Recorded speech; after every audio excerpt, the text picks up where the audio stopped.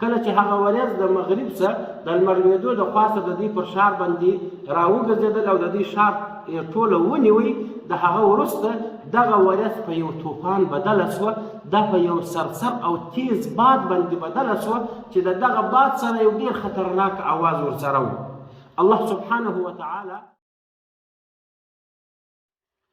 الحمد لله رب العالمين والصلاة والسلام على أشرف الأنبياء والمرسلين، أما بعد.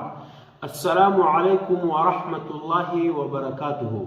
قدرمنو لیدونکو او اوریدونکو، نن موږ د حضرت هود علیه السلام او د هغه د قوم عاد قصه کوو چې الله سبحانه وتعالى په سورة الاعراف کې بیان کړی ده. قوم عاد دا د احقاف په علاقه کې اوسېدل. احقاف د یمن یو علاقه ده چې د عمان او حضرموت په منځ کې پرته ده. دا یو ریګستان دی، یو ریګ دی. په دغه علاقه کې الله سبحانه وتعالى قوم عاد آباد کړي وو، او الله سبحانه وتعالى په دغه علاقه کې په قوم عاد باندې د خپلو نعمتو بارانونه کړي وو. قوم عاد دا د حضرت نوح علیه السلام د حضرت سام اولاده ده، او دا د حضرت نوح علیه السلام پنځم نسل دی. د دې هغه اول نیکه عاد نومې دی، د هغه پلار عوس نومې دی، د هغه پلار ارم نومې دی. ارم د سام زوی و، او سام د حضرت نوح علیه السلام زوی و. دغه عادیان الله سبحانه وتعالى دې ته رنګارنګ نعمتونه ورکړي وو، او الله سبحانه وتعالى پر دې باندې د خپلو نعمتو یو باران کړی و. خو دوی ظلم شروع کړي، دوی د الله سبحانه وتعالى نافرمانی شروع کړه، دوی بت پرستی او شرک شروع کړي. الله سبحانه وتعالى دوی ته خپل پیغمبر حضرت هود علیه السلام ورواستوي چې الله سبحانه وتعالى فرمایي: وإلى عاد أخاهم هودا، ما وعادیانو ته د دوی ورور حضرت هود علیه السلام ورولېږي. هغه دوی ته وویل: یا قوم اعبدوا الله، ای زما قومه تاسې د الله سبحانه وتعالى عبادت شروع کړئ. ما لکم من اله غیره، تاسې د الله سبحانه وتعالى ما سوا بل څوک د عبادت دپاره خدای نه لري. ستاسې دپاره د عبادت ما د الله سبحانه وتعالى ما سوا بل څوک د عبادت لایق نسته. افلا تتقون، آیا تاسې د الله سبحانه وتعالى څخه نه بیریږئ؟ الله سبحانه وتعالى فرمایي: قال الملأ الذين كفروا من قومه، وحضرت هود علیه السلام ته د خپل قوم سردارانو وویل، د خپل قوم مشرانو ورته وویل: ای هوده، انا لنراک فی سفاهة، بلا شک موږ ستا وینو چې ته په یو بېعقلي اخته یې، ته په یو ناپوهۍ اخته یې. وانا لنظنک من الکاذبین، او موږ پر تا دا ګمان کوو چې دغه چې ته واځه د الله پیغمبر او رسول یم، موږ دا خبر العیاذ بالله درواغ بولو. حضرت هود علیه السلام دې ته وویل: یا قوم لیس بی سفاهة، ای زما د قوم انسانانو په ما باندې لیونتوب او بېعقلي نسته، زه بېعقل او ناپوه نه یم. ولکنی رسول من رب العالمین، مګر زه د رب العالمین د طرفه رسول یم، زه د هغه پیغمبر یم. ابلغکم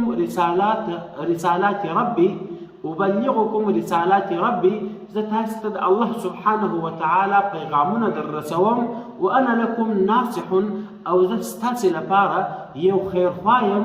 امین، امانتدار یم. کم پیغام چې الله سبحانه وتعالى ما ته په لاس راکړی دی، زه په هغه پیغام کې خیانت نه کوم. او عجبتم، آیا تاسې حیران یاست ان جاءکم ذکر من ربکم، چې تاسو ته د الله سبحانه وتعالى د طرفه یو ذکر راغی، علی رجل منکم، پر یو انسان باندې په تاسې کې، لینذرکم، چې تاسې د الله سبحانه وتعالى د عذاب وبیرئ. واذکروا، تاسې دغه در په یاد کړئ، اذ جعلکم خلفاء من بعد قوم نوح، چې الله سبحانه وتعالى د حضرت نوح علیه السلام د قوم وروسته پر مځکه باندې تاسې ته خلافت او نیابت درکړي. وزادکم بسطة، او الله سبحانه وتعالى تاسې ته جسمانی قوت درکړي. الله سبحانه وتعالى تاسې ته طاقت درکړي. الله سبحانه وتعالى تاسې ته غټ قد قامت درکړي. الله سبحانه وتعالى تاسې ته جګ بدنونه درکړه. مفسرینو لیکلي دي، حضرت کلبی رحمه الله لیکلي دي چې كانت قامة الطويل منهم 100 ذراع. عادیان دومره غټ انسانان و چې په دې کې هغه د ټولو جګ انسان چې به و د هغه قد و د هغه جګوالی به 100 ګزه و. وقامة القصير منهم 70 ذراعا، او چې په دې کې به هغه د ټولو ټیټو هغه به 80 ګزه جګ و. الله سبحانه وتعالى فرمایي چې ای قوم عاد ما تاسو ته دغه رقم نعمتونه درکړي دي. حضرت هود علیه السلام دوی ته د الله سبحانه وتعالى نعمتونه ورپه یاد کړه او دوی ته یې وویل چې الله سبحانه وتعالى د قوم نوح د عذاب وروسته پر مځکه باندې تاسو ته خلافت او نیابت درکړي. الله سبحانه وتعالى خپل خلیفګان مقرر کړل. فاذكروا آلاء الله، تاسو د الله سبحانه وتعالى نعمتونه درپه یاد کړي لعلکم تفلحون، د دې لپاره چې تاسو کامیاب شئ. الله سبحانه وتعالى تاسو ته نور نعمتونه درکړي. په دنیا کې د کامیابی طریقه دا ده چې انسان باید د الله شکر ادا کړي او انسان باید په خپل زړه کې د الله خوف او بیره ولري. کوم انسانان چې د الله بیر او خوف لري پر هغه باندې الله سبحانه وتعالى د خپل نعمتو باران کوي، او کوم انسانان چې د الله سبحانه وتعالى نافرمانی کوي پر هغه باندې الله سبحانه وتعالى عذابونه راولي. دی وحضرت هود علیه السلام ته وویل، عادیانو وحضرت هود علیه السلام ته وویل اجئتنا لنعبد الله وحده. ای هود ته د دې دپاره موږ ته راغلی چې موږ د یو الله عبادت وکړو. ونذر ما كان يعبد آباؤنا، او موږ هغه بوتان پرېږدو چې زموږ پلار او نیکه د هغه عبادت کوي. فأتنا بما تعدنا ان كنت من الصادقين. ای هوده ته پر موږ باندې هغه عذاب راوله د کوم عذاب چې ته موږ ته دمکۍ راکوې که چیرې ته رښتونه یې. الله سبحانه وتعالى د دغه ځایه پر قوم عاد باندې عذاب شروع کړي او الله سبحانه وتعالى پر دې باندې وچکالي راوستل، پر دې قحطي رااله، پر دې باندې بارانونه ودرېدل، د دې باغونه د دې کښتونه وچ سوه، د دې مځکې وچې سولې، د دې هغه غلې ختمې سولې، د دې هغه ذخیرې ختمې سولې. دوی د ماښام په ډوډۍ باندې حیران شو. د دې په علاقه کې د دې په وخت کې رواج دا و، رسم دا و چې کله به یو وبا او عذاب رالی نو دغه مشرکینو به یو وفد او یو جماعت و بیت الله ته واستوي، هغو به هلته دعاوې وکړلې، بیا به الله سبحانه وتعالى د دې څخه هغه عذابونه پورته کړه. په دغه وخت کې هم دغه د قوم عاد انسانانو یو وفد واستوي بیت الله شریف ته چې تاسې ولاړ سئ، هلته د الله سبحانه وتعالى څه دعاوې وغواړئ چې پروردګار زموږ ته دغه عذاب پورته کړي. په دغه وفد کې یو مسلمان هم و چې په حقیقت کې مؤمن و او خپل ایمان یې پټ کړی و، د هغه نوم مرصد بن سعد و. دغه وفد کې دغه مسلمان او مؤمن هم د دې سره ولاړی. کله چې دغه د وفد انسانانو پر بیت الله شریف باندې دعاوې شروع کړې، الله سبحانه وتعالى ته یې زارۍ شروع کړې، د مرصد بن سعد هغه ایمانی جذبه راپورته سوه او دوی ته یې وویل چې ای زما د قوم انسانانو چې تاسې لږ واره الله سبحانه وتعالى ته دعا وکړئ، هغه ستاسې دعاوې نه قبلوي تر څو چې تاسې د هغه پر پیغمبر حضرت هود علیه السلام باندې ایمان رانوړئ او تاسې د الله سبحانه وتعالى سره چې کوم شریکان نیولي دي هغه شرک پرې نږدي. د قوم چې کوم شریر انسانان وه هغه پر مرصد بن سعد باندې راولاړ سوه، هغه یې وواهی، د دې ځای پسې واخیست. الله سبحانه وتعالى په دغه وخت کې پر دوی باندې 3 ورېځې په اسمان کې راوستلې. یوه سپینه ورېځ وه، یوه سره ورېځ وه، یوه توره ورېځ وه، او پر دوی باندې یو غږ وسو د اسمان د طرفه، پر دوی باندې یو آواز وسو چې په دغه 3 ورېځو کې تاسې یوه ورېځ د خپل قوم او د خپل ځان لپاره انتخاب کړئ. دوی ورته وویل چې دغه توره ورېځ موږ غواړو، دا د باران نه ډکه ده، دغه زموږ قوم او ښار ته باید ولاړه شي. الله سبحانه وتعالى هغه توره ورېځ د احقاف علاقې ته روانه کړه. کله چې د احقاف علاقې ته هغه ورېځ روانه سول، دلته دغه انسانان او هلته د احقاف عادیان دا ټوله خوشحاله سوه چې پر موږ باندې به اوس باران ووري، پر موږ باندې به اوس مځکه لنده سي، د اسمانه به پر موږ باندې بارانونه شروع سي.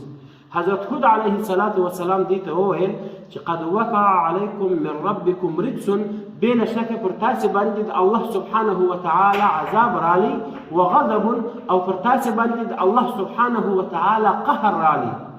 دغه ورځ تاسې د باران ورځ بولي، دا ورځ د باران نه ده بلکې دا د الله سبحانه وتعالى قهر او عذاب دی. دی ویل یا هذا عارض ممطرنا، دا ورځ د اوس پر موږ باندې راوریږي. خود علیه الصلاة والسلام ورته وویل چې دا ورځ نه ده، دا د الله قهر دی. کله چې هغه ورځ د مغرب څخه د لمر لوېدو د خوا څخه د دې پر ښار باندې راوګرځېدل او د دې ښار ټوله ونیوی، د هغه وروسته دغه ورځ په یو طوفان بدله شوه، دا په یو سرسر او تیز باد باندې بدله شوه چې د دغه باد سره یو ډېر خطرناک اواز ورسره و.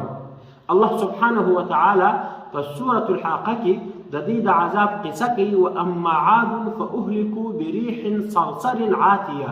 الله سبحانه وتعالى فرمایي چې ما عادیان په یو ډېر تیز باد باندې چې یو ډېر خطرناکه چیغه ورسره وه، ما په هغه باد باندې دوی هلاک کړه.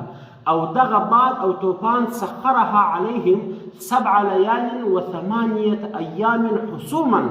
دغه باد پر دوی باندې 8 شپې او 8 ورځې مسلسل چلیدي. کله چې دا باد رالی مفسرینو لیکلي دي چې یو انسان به پر اوښ سپور و، هغه انسان به یې د اوښ سره یوړي، درختې به یې د بیخه وکښلې. دغه انسانان عادیان کورو ته ننوتل، خپل هغه غټ غټ محلو ته ننوتل، په ځانو پسې دروازې بندې کړلې. الله سبحانه وتعالى داسې طوفان راوستی چې هغه د دې محلونه یې ور ونړول، هغه د دې کورونه یې ور ونړول او د دې ټول انسانان یې ور مړه کړل. الله سبحانه وتعالى فرمایي فترى القوم فيها سرعا. ته به دا د قوم عاد انسانان ووینې چې ټول مړه پراته وه او داسې پراته وه، دوی غټ غټ انسانان وه، كأنهم اعجاز نخل خاویه، لکه چې دوی هغه د خورما هغه غټې غټې درختې، هغه غټې تنې دي چې د بیخه کښل شوي. فهل ترى لهم من باقیه؟ ایا ای زما پیغمبره ته د عادیانو سره یو څوک پاته وینې؟ الله سبحانه وتعالى پر قوم عاد باندې دا عذاب راوستی، په دې کې یو ماشوم هم ژوندی پرې نه شوی. او هود علیه الصلاة والسلام او د هغه سره چې کوم مؤمنان ورسره وه، هغه د لرګو په یو کیر کې ناست وه، یو څو لرګي او خاشې پر راګرځېدلې وې، پر ټول احقاب باندې طوفان چلېدی. دی الله سبحانه وتعالى دغه د خاشو په سرای کې محفوظ وساتل. هود علیه الصلاة والسلام دوی ته وویل، کله چې دوی د هود علیه الصلاة والسلام سره خبرې کولې، هود علیه الصلاة والسلام ورته وویل اتجادلونني في اسماء سميتموها انتم وآباؤكم. آیا تیز ما سره پر دغه بوتانو دلایل وایاست چې پر دغه بوتانو باندې تاسې نومان ایښي دي، دا ډبرې دي، ته یې په خپلو لاسو وتراشلې او پر دې باندې مو نومان کښېښول او دا مو د خپل ځان دپاره خدایان کړه. ما نزل الله بها من سلطان. د دغه بوتانو هیڅ دلیل الله سبحانه وتعالى د اسمانه نه دی راستولی. فانتظروا، تاسې زما د هلاکت انتظار وکړئ. انی معکم من المنتظرین، زه ستاسې سره انتظار کوم، زه پر تاسې باندې د الله سبحانه وتعالى د عذاب انتظار کوم. پر تاسې باندې به د الله قهر او عذاب راسي، پر تاسې باندې به د الله سبحانه وتعالى یو طوفان راسي. کله چې طوفان رالی نو داسې طوفان و چې دا یې په قوم عاد کې ټوله مړه کړه او هېڅوک یې ژوندی پرې نه شوی. وایي بیا د عذاب وروسته الله سبحانه وتعالى د یو تورو مرغانو سیل راواستوي. هغه مرغانو د دغه عادیانو سه یو انسان په مشوکه کې اخیستی او بیا یې په سمندر کې غورځوي. الله سبحانه وتعالى فرمایي فانجیناه، موږ حضرت هود علیه الصلاة والسلام ته نجات ورکړي، هغه ته مخلاصون ورکړي، هغه مو د عذابه وساتي. والذین آمنوا معه، او هغه کسان مو د عذابه وساتل کومو کسانو چې د حضرت هود علیه الصلاة والسلام سره ایمان راوړی او مؤمنانو. برحمت منا، زموږ د رحمت په خاطر. وقطعنا، او موږ کاټ کړي دابر الذین، بیخ د هغه کسانو کذبوا بآیاتنا چې دوی زموږ د آیاتو تکذیب کوي، زموږ نښاني او زموږ آیاتونه یې درواغ بلل. وما کانوا مؤمنین، او دوی پر دغه آیاتو باندې د الله د قدرت پر دغه نښو باندې ایمان نه راوړي. دا و د حضرت هود علیه الصلاة والسلام او د هغه د قوم قصه چې کله هغو د الله سبحانه وتعالى د نعمتونو شکر شروع کړه، الله سبحانه وتعالى پر دوی باندې عذاب راوستی.